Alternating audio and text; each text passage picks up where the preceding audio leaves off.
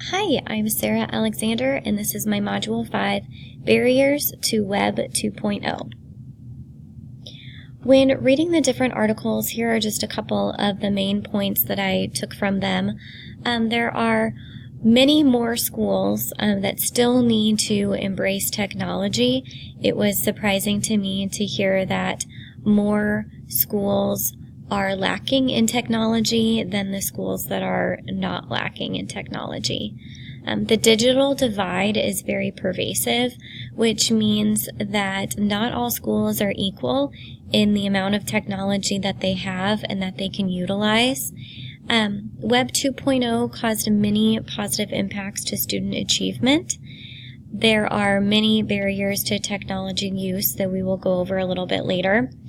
And the access to broadband internet is not equal for all people, depending upon location and other factors, socioeconomic status.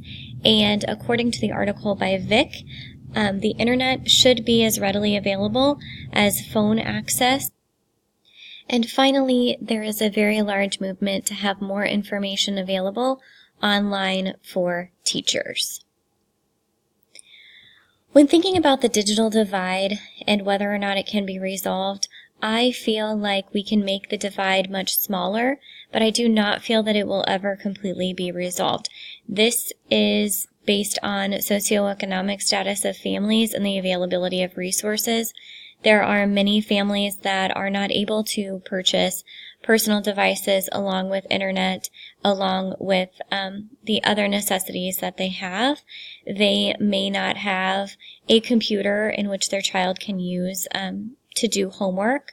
Even if we provide technology for students, then there is a chance that they do not have internet access. And when we are setting our expectations related to homework, we need to keep all of this into account. We do not want to put some of our families that are maybe lower socioeconomic status families, we do not want to put them at a disadvantage because of this. The skill sets that I believe 21st century students should acquire prior to graduation include the ability to use computers, laptops, iPads, type proficiently, being aware of different applications, specifically thinking about after high school and into the job world. They need to have problem-solving skills, find answers when they are unknown, and the ability to try new things and get out of their comfort zones. These are skills that all of our students need in order to be successful. What impact has the global economy had on my own personal use of the internet? So I'm able to utilize a great deal of technology in my job and in my living arrangement.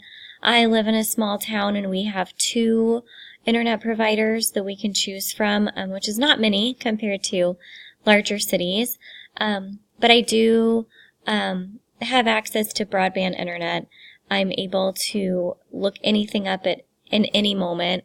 I have internet on my phone, I have internet on my laptop, I have an iPad, so I have a lot of access to technology.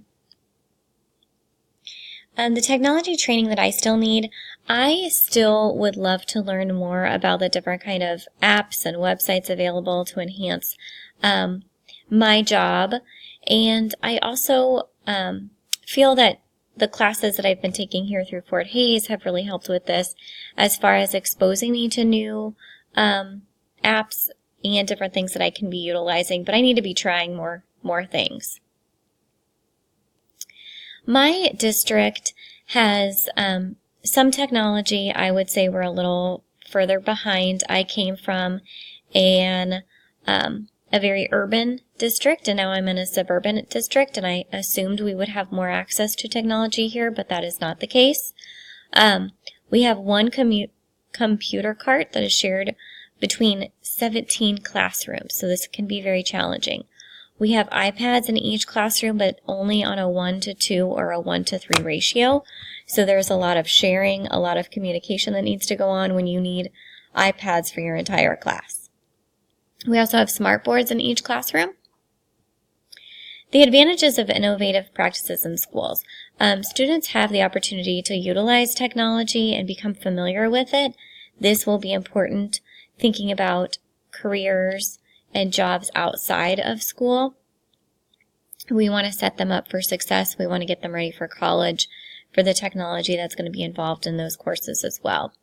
I believe that exposing them to different types of technology is very important. We need to keep them up to date with the change in technology, and this puts them at an advantage when thinking about job prospects in the future and how highly competitive our society is.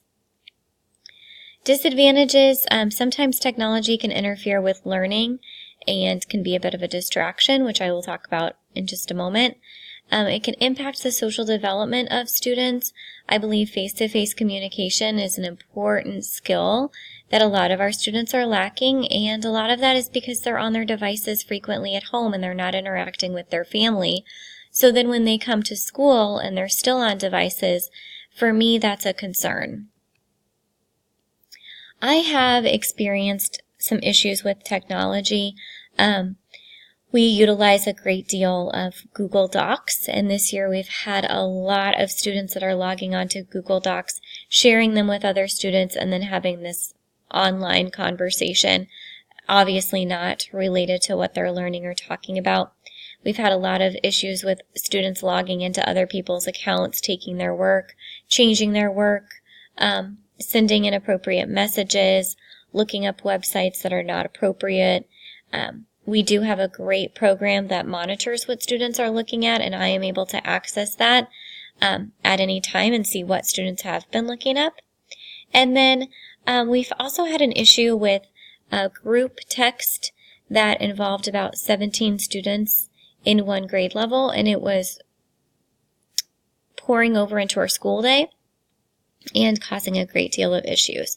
So there are lots of concerns when thinking about internet use, but these are just issues that we need to address. Thanks for listening.